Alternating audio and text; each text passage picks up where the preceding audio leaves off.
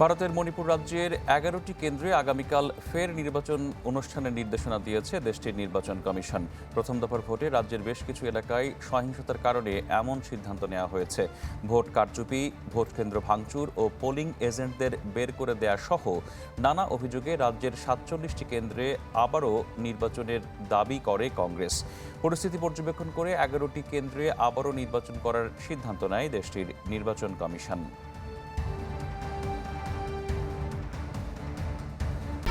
১, ২, ৩ ঢাকায় জমি জিতে নিন ১০০% ক্যাশব্যাক সহ ২০ কোটি টাকার পুরস্কার। ভারতের লোকসভা নির্বাচনের আরও খবরাখবর জানবো। এই খবরাখবর জানাতে এখন আমাদের সাথে পশ্চিমবঙ্গ থেকে যুক্ত হচ্ছেন আমাদের সহকর্মী শুভজিৎ পুততুণ্ড। শুভজিৎ, একটু জানতে চাই, এই মণিপুরের যে সংঘাত, যেখানে আবারও নির্বাচন হতে যাচ্ছে কয়েকটি কেন্দ্রে, এই সংঘাত নিয়ে সবশেষ কি তথ্য পাওয়া যাচ্ছে?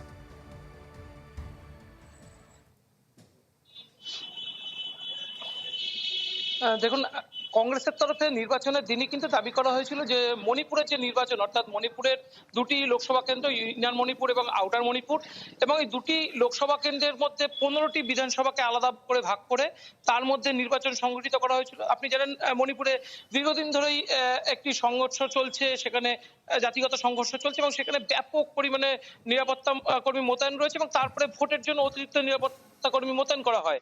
যদিও তারপরেও ভোটের দিন সেখানে সহিংসতা আটকানো যায়নি, সেখানে ব্যাপক পরিমাণে সহিংসতা হয়।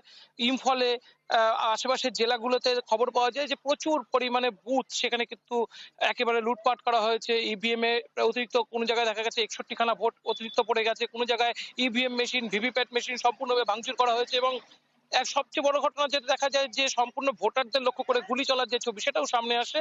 নির্বাচন কমিশনের তরফ থেকে জানানো হয় ৩ জন ভোটার গুলিতে আহত হয়েছেন। সব মিলে যদি দেখতে পারেন, নির্বাচনের দিন প্রায় ১০২টি আসনে ভোট হলেও সবচেয়ে বেশি উত্তপ্ত ছিল মণিপুরের ২টি আসনের, যেখানে আংশিক ভোট হয়েছে। এবং এই মণিপুরের এই যে আংশিক ভোটের যে উত্তেজনা ছড়িয়ে পড়ে, সব মিলিয়ে মণিপুর কংগ্রেস দাবি করেছিল যে এখানে ৪৭টা আসন, অর্থাৎ ইনার মণিপুরের ৩৬টা এবং আউটার মণিপুরের ১১টা আসনে পুনর্নির্বাচনের জন্য। নির্বাচন কমিশন কংগ্রেসের এই দাবির আংশিক যে সত্যতা সেটা মেনে নিয়েছে, কেননা ব্যাপক পরিমাণে যে ফুটেজ সেটা কংগ্রেস নির্বাচন কমিশনে সাবমিট করেছিল এবং তারপরে দেখা গিয়েছে নির্বাচন কমিশনের, অর্থাৎ মণিপুর নির্বাচন কমিশনের যে সচিব রামানন্দ, তিনি কিন্তু সরাসরি নির্বাচন কমিশনের কাছে সুপারিশ করেছিলেন যে অন্তত ১১টি আসন যেখানে একেবারেই ব্যালট বাক্স বা ইভিএম ভেঙে গিয়েছে বা যেখানে পুনর্নির্বাচন, মানে যে মুহূর্তে নির্বাচন হয়েছে সেই নির্বাচনের যে ফলাফল সেটা আসা সম্ভব নয়, সেখানে পুনর্নির্বাচন ছাড়া উপায় নেই, সেখানে পুনর্নির্বাচন করা হোক। এবং নির্বাচন কমিশন, কেন্দ্রীয় নির্বাচন কমিশন, রাজ্য নির্বাচন কমিশন সেই দাবি মেনে নেয় এবং তারপরে ১১টা নির্বাচন যে কেন্দ্র, ১১টা যে বুথ, সেই ১১টা বুথে নির্বাচনের দাবি মেনে নিয়ে আগামীকাল সেখানে পুনর্নির্বাচন অনুষ্ঠিত করতে চলেছে এবং সেখানকার ভোটারদের আবেদন জানিয়েছে তারা যেন মণিপুরে এই যে পুনর্নির্বাচন হবে সেখানে যেন তারা ভোটদানে অংশগ্রহণ করে।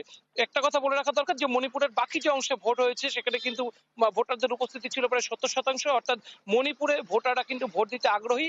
এবং এখানেও বলা হচ্ছে মণিপুরে বিজেপি যে পরিস্থিতি রয়েছে সেই পরিস্থিতি থেকে দাঁড়িয়ে কংগ্রেস কিন্তু বেশ কিছুটা অ্যাডভান্টেজ পর্যায়ে রয়েছে, যার ফলে যে কংগ্রেসের অভিযোগ যে কটি আসনে পুনর্নির্বাচন করলে কংগ্রেস সুফল পেত, সেই আসন থেকে তারা সুফল পাচ্ছে না। অসংখ্য ধন্যবাদ আপনাকে। দর্শক, ভারতের লোকসভা নির্বাচনের খবরাখবর জানাচ্ছেন আমাদের সহকর্মী শুভজিৎ পুততুণ্ড।